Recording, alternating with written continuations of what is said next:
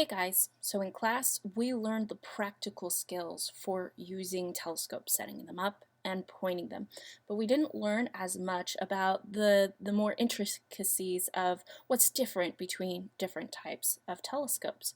Now we're talking about optical telescopes, telescopes that you can actually look through with your eyes. We also have different telescopes where you don't look through them with your eyes, like radio telescopes, gamma ray telescopes, X-ray telescopes. There's lots more out there. But on Earth, the main thing you're going to be using is optical telescopes. Now, with any telescope, any telescope, whether it's optical or not, it's essentially a light bucket. Think of this as there is light raining down on us from the whole universe, and you're trying to gather in as much of it as you can.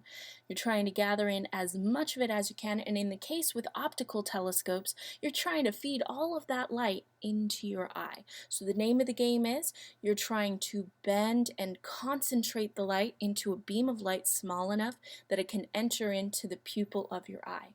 Now we can do this using either mirrors or lenses. You're trying to bring that light into that column of light small enough to enter into your eye. Now, as you've learned in class, you can do this with mirrors or lenses, or even a combination of mirrors and lenses. Refractors, they use lenses. Reflectors, they use mirrors. Schmidt-Cassegrain style telescopes, well, they use a combination of mirrors and lenses. There's actually a lot more different styles of telescopes, optical telescopes, than this short list here. But these are the three main ones, and the ones that you learned about in class. Refracting telescopes, they look like this. There's a lens on the front, and there's your eyepiece in the back, both using lenses to bend the light. The light passes through the lens, gets bent, comes down into a main focal point. It then expands out a little bit more, and your secondary lens, your eyepiece, actually makes it so the light is no longer diverging. It's now parallel, a parallel beam of light that can go into your eye. So some advantages and disadvantages of a refracting telescope. For one advantage, it's a closed system. Nothing's going to get in the optic column of your telescope. That means no dust, no spiders, no cobwebs is getting inside your telescope, which can actually be a problem, as we'll discuss more when we get into some more Newtonian reflector type telescopes. So in that regard, it's pretty low maintenance. You rarely have to realign your optics because everything's fixed in a tube.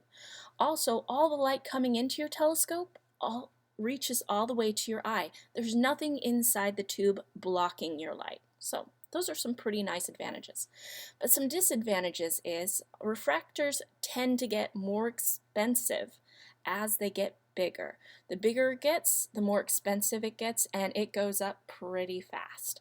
Also, refractors have a common defect, it's chromatic aberration, and this has to deal with the quality of the glass and the type of glass. What happens is, as light passes through your lens, light gets bent, but different wavelengths get bent by different amounts. This is why when you pass light through a prism, you get a rainbow. Sorry guys, the wavelengths of light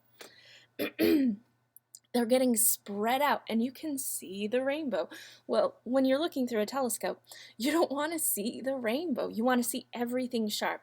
But with chromatic aberration, what you see is on the edges of an object, there's a little bit of a fringe of red or blue, and those can actually make it so it's harder to get things in focus. Sometimes you don't want to see that when you're imaging something. And there are ways of getting around this by stacking by using certain types of glass. Fluoride glass is really good. And also by using some pretty smart techniques with glass layering different types of lenses, you can actually get rid of that chromatic aberration. And something that can do that is called an apochromatic refracting telescope. Okay, apochromatics, I gotta tell you guys, it is gorgeous. It is gorgeous looking through one of these telescopes, but they're very, very expensive. And be careful if you're shopping for a telescope. A lot of times people will claim, oh, this is an apochromatic telescope, apo for short, but usually it's a near apo, okay, not a true apochromatic telescope. A near apochromatic telescope will have a slight violet fringe on the end, not as distracting as the red and the blue fringes that you will see with a regular refracting telescope. But your object still looks really, really good. To the untrained eye, that'll be just fine. People won't hardly notice it at all. But if you're kind of spoiled like I am, you want to go for the apochromatic. Now, I would suggest if you're thinking about buying a refracting telescope, maybe start on the low end first. Maybe get a near apochromatic. And then what you can do is, as you get better and better with telescopes and techniques, and you know for sure this is an expensive hobby that you are willing to pay for, then by all means sell that telescope and get an apochromatic. It's wow. It's amazing, guys. Now, another defect you can have with refracting telescopes is the objective lens as it gets bigger, and this is usually a problem with the really big telescopes, okay, is that lens on the front, it's heavy. It can get heavy as it gets bigger, and you need to have a really strong structure to hold it in place. What can happen is even when you've got metal struts and everything, if it's a big enough lens, you can have sagging in the system. It'll actually bend the tube ever so slightly, but makes it difficult for you to get things into focus. As the telescope tracks something, the way it sags will actually rotate and change, which can cause your image to shift. So that's why when you're looking at big observatories, they're usually not using a refracting telescope, okay? Next we have a Newtonian style telescope invented by, you guessed it, Mr. Newton himself. This uses mirrors instead of lenses. Let me show you what this is like. So the light comes in from outside, bounces off of a curved mirror in the back. Now whatever the light is bent by first is always called the primary. So in the case of a refracting telescope, the lens on the front, that's your primary lens. In this case, our primary mirror is the one towards the back. There's a secondary mirror towards the top of the telescope, which diverts the light beam out to the side, and that's where you would look through to see what the telescope is seeing. You actually look through the side of the telescope. Now, if you're ever doing any sort of outreach, this kind of weirds people out a little bit. I look through the side of the telescope? What? Yes, you do. You look through the side of the telescope, and because it's towards the top of the telescope, if you're looking at something that is straight up, it's not unusual to need a ladder to look through this type of telescope, especially if you've got a really big one. There's actually a couple of different focusing styles for Newtonians. The one I just showed you is the Newtonian focus, okay, the main focus. Right here, you're just shooting it out of the side. Now you could do a prime focus where the focus is actually inside of the telescope, and larger observatories, they did this a lot. For photography, there would actually be an observer's cage towards the top of the telescope, and that's where the astronomer would sit at the prime focus of the telescope with their camera and adjust things. Now, if you can imagine, you're sitting at the top of a telescope at an observatory on a high mountaintop. You're dealing with bugs and cold weather. I mean, kudos to those old astronomers. We're talking about late 1800s, early 1900s. This is when they did that, because the motors, they didn't have computers to adjust the tracking of the telescopes. They had to by hand keep track of things and adjust the telescope slightly throughout the entire night to get a good picture. Whew. Now, if you want to stay more indoors, stay warmer, a Cassegrain focus will probably do you better. That's where you've got a hole in your primary mirror, which is fine because your secondary mirrors is going to block out the light at that part of your telescope anyway. So you might as well drill a hole in the bottom of it and you look through the back of the telescope. Most Schmidt Cassegrains have this same style focus. It's called the Cassegrain focus. So that's why they're called Schmidt Cassegrain telescopes. You also have the Coude focus, which uses a secondary and a tertiary mirror. This is for telescopes where you want a really long focal length, where you're shooting the light into a whole nother room. This is really useful for telescopes that had big, complicated spectrographs, which require a whole nother room for that instrument. So Coude focus is very helpful for those bigger observatory telescopes.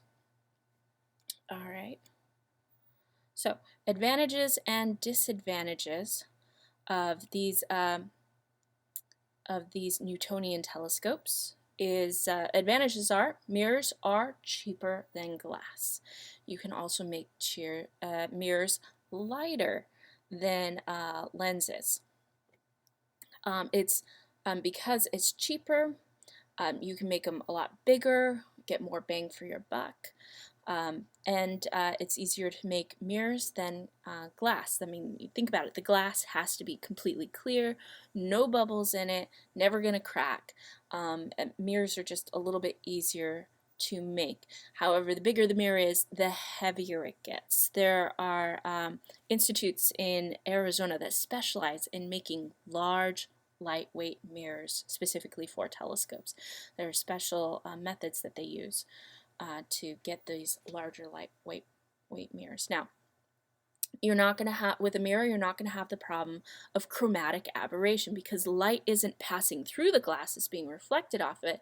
You don't have that problems with the blue and red fringes. Now, some of the disadvantages of this is it's got an open tube. Stuff can get in there. It can get dirty in there. You can get cobwebs. I remember hearing a story of one observatory. They couldn't figure out what was wrong with their telescope. They thought it was something, with the software or something. Finally, somebody looked at it, and it was a big observatory type telescope. So, it's difficult to get up there to look down the tube.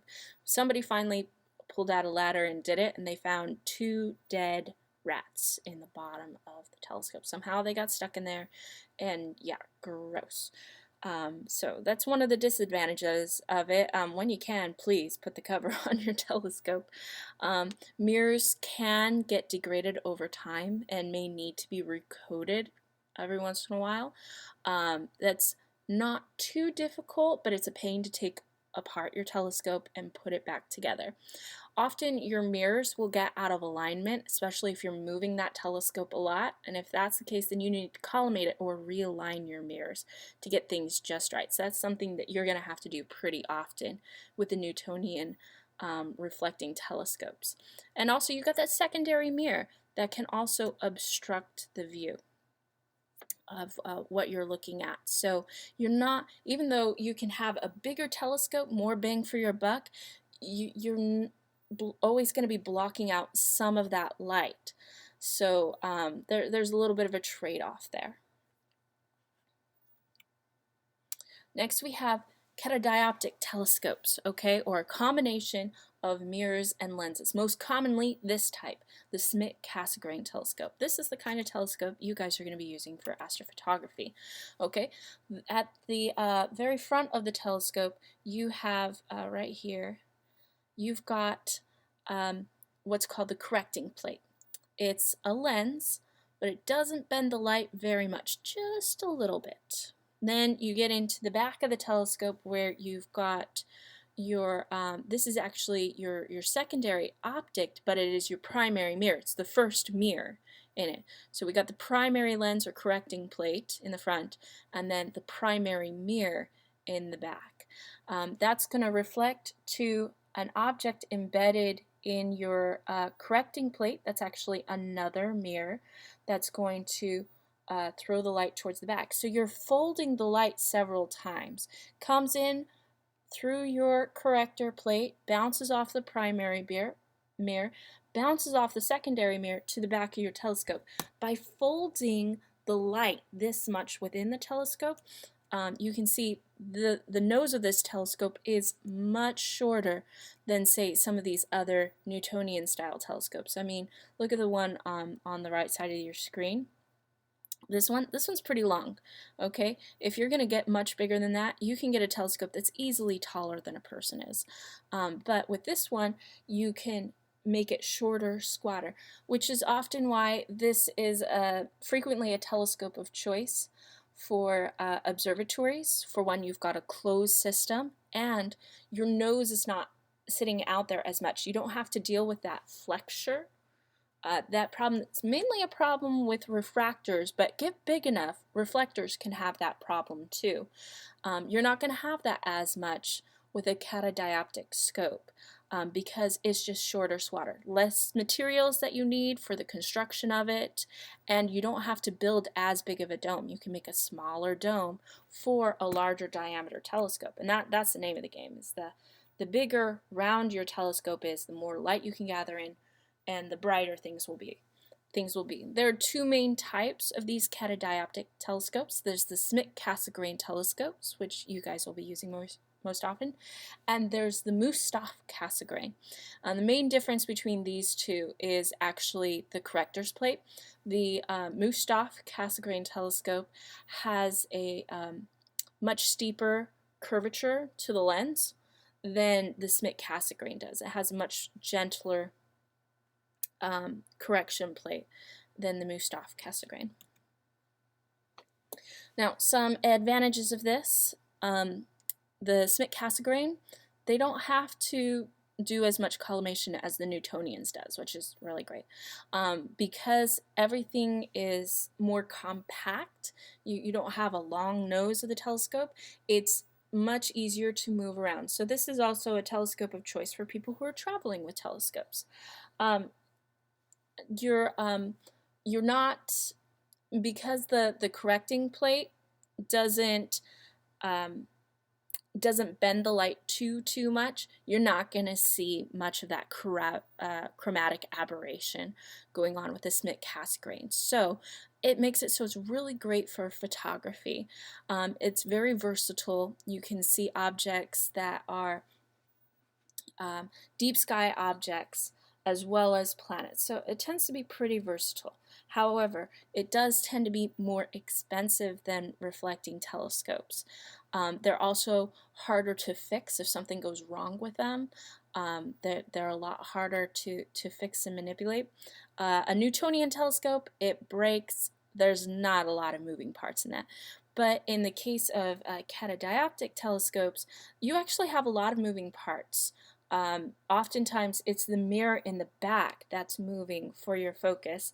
That's actually not the case with our 16-inch. Our 16-inch is actually a little bit different than most Schmidt-Cassegrains. But usually it's the mirror that's moving, and you want to make sure like both parts of the mirror are moving by the same amount. Anyways, it can get more complicated with the Schmidt-Cassegrains. Also, even though you might go bigger, you're not getting as much brightness increase with increase of size. Not like you would with a refractor, because you've got an obstruction in the middle of your mirror. You've got your secondary mirror sitting in the middle of the correcting plate, and that actually blocks out a significant amount of light, and it's going to be bigger than your secondary mirror on a reflecting telescope, a Newtonian. And so it's if you want to get like really bright objects, you kind of have to go for a much bigger Schmidt-Cassegrain than you would if you were using a reflector or a refracting telescope. Also, even though it's compact, tends to be a bit heavy for its size. I mean, it's got some good heft to it, some good weight to it. So even though you might think, hey, it's less awkward, I'm going to use this as my travel scope. If you want something really big, it's actually going to be pretty heavy. So that's something else to take into account. Okay, so which telescope do you choose? You got to think about aperture. Okay, you got to think about the size. How much light do you want to bring in? You want to look at galaxies? You need a bigger telescope. Newtonian might be the way to go. It's cheaper to go big, and it's even though you may have to collimate it a lot more, and it might be a little awkward to move around. If you want to go big, Newtonian's going to give you your best bang for your buck. Now, if you want to take pictures of these galaxies, well, that's a little bit different. Okay, so even though Newtonians are great, let's go back a few. Most Newtonians, when they get really big, you will usually see them on this type of mount. That's a Dobsonian mount. Okay, that's just using manpower to move it around. Check it out. This type of mount does not track. It does not keep up with the sky, and you must have a tracking mount in order to do any sort of astrophotography. So a setup like this on a German equatorial mount would be ideal. Now, if you've got a telescope that's getting really long and awkward, that's hard to put on something like this, you're going to need a really big mount, guys, and mounts can be way more expensive than your telescope itself. If you're doing astrophotography, your main expense, it's actually the mount. So you may want to go instead with something like a Schmidt-Cassegrain, where it tends to be a little bit more compact, a little bit easier to move around. It may be heavier, but you won't be in danger of more flexure or anything like that. Kind of up to you on what beast you want to deal with. Okay. Now, if you're less interested in like distant galaxies, you want to look more at star-forming regions, you want to look at planets, oh, for sure, you want to go with some sort of refractor. Refractors are better at seeing contrast in planets, and you're getting more light in, no obstructions in there. For something that's fairly bright, then a refractor may be the way you want to go. Something else you want to take into account is focal ratio. This is something we're going to talk a little bit more later when we get into more of the photography side of things. But basically, some telescopes concentrate the light more than other telescopes do. So you could take a picture, say, of the Andromeda galaxy. Andromeda is a bad example. Let's say the Whirlpool galaxy. You want to take a picture of the Whirlpool galaxy and you want to get the faint spiral arms, okay? Well, some telescopes will concentrate the light more and you can get that picture faster, whereas other telescopes may spread out the light a bit more and you're going to need a longer exposure to be able to see as much detail. That's the focal ratio. Some are said to be faster or slower. Faster means you can take a picture with the amount of detail that you want with a shorter exposure time. It doesn't take very long to get the amount of detail you want. Whereas a slower focal ratio means you're going to have to take a longer image, a longer exposure than you would as if it was a faster focal ratio. More on that when we get into cameras. Also, focal length is something else you're going to take into account. How long of a nose do you want on this telescope? And that also helps you figure out what your field of view is. What chunk of the sky am I seeing? You've got to figure out framing for your pictures. Do I want to see a big chunk of sky? Or do I want to focus on just a little part of sky that is this galaxy? Believe it or not, with photography, your field of view is pretty much fixed. and unfortunately it's with your camera and with your telescope, you're not going to change the focal length very much. There are a couple things that you can do to change it a little bit. We'll get into Barlow lenses and accessories a little bit later, but for the most part it's going to stay pretty much the same. So when you buy your telescope, this is something you need to consider. What chunk of sky do I want to see? Again, we're going to get into this more when we get into cameras. Okay, so to sum it up, if you want to look at stuff like the sun, the planets, stuff that's bright and want to take pictures of it, go with a refractor.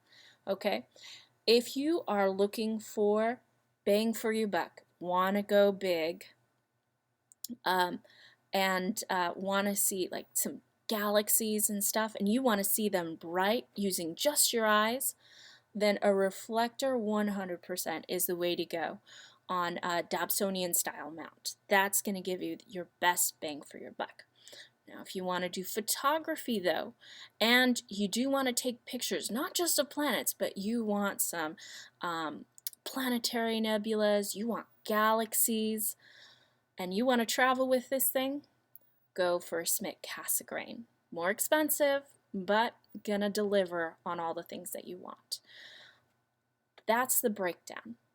So, more food for thought, and this should help you with your assignment for this week. I want you guys to write up a one-page paper on your dream telescope. Money is no object. You need to come up with your dream telescope, the telescope, and the style of mount. Now that's not something we've talked about very much, so let's go back a little bit and let's look at these three different styles of mounts. On the left, this is an alt-az telescope. It can go left or right or up and down, and it can do both at the same time. So it can do kind of a diagonal line, but the motor on this thing is mainly going to step it a little bit to the left, a little bit up, a little bit to the left, a little bit up, to look up in a direction. This telescope, because it's going left, right, up, down as its main control, you cannot use it for photography. Any images that you would track throughout the whole night would actually twist inside the field of view of your telescope. That twisting would create streaks in your image. So an alt-az telescope is not a candidate for imaging. A Dobsonian style telescope is essentially an alt-az style telescope. Alt-az, by the way, stands for altitude and azimuth. This man-powered telescope is definitely not a candidate for photography either. Some people do try to make it work. They counteract the rotation that you see in the camera by rotating the camera itself. You would get a camera or field rotator to counteract that, but that makes things really complicated. If you want to do imaging, you have to get a German equatorial style mount, or you could also go for a fork mount. However, this fork mount, the way it's set up right now, is also alt-az. Okay? But if you put a wedge underneath it so that the telescope aligns with the celestial north, then you can use it for photography. That's the main thing, whether you're using a German equatorial style mount, see how it's tilted a little bit, or a fork mounted on a wedge, not pictured here. Either way, it's going to align with the north celestial pole, and then all you have to do is twist on one axis in the right ascension direction to keep on an object and take pictures of it. Okay? So, when you're doing your assignment, pick either a German equatorial style mount or a fork mount on a wedge, just like our 16-inch is set up like for photography, okay? For assignment this week, you get to shop for a telescope. There's a worksheet you need to complete to help you figure out what you're looking for give you some ideas and example of some other telescopes. And at the end is your assignment, a one-page type description with pictures and information on, I want to know what type of telescope it is, what kind of mount did you decide to use, how much is this thing going to cost you. Remember, though, money is no object for this assignment. You get to dream big. So think about it. What do you want to take pictures of? More interested in planets? More interested in galaxies? That's going to affect the type of telescope that you pick. So type it up. It's due at the beginning of class next week. You can submit it online. Just upload a scan of this worksheet and your one-page type description. And I will see you guys next Tuesday.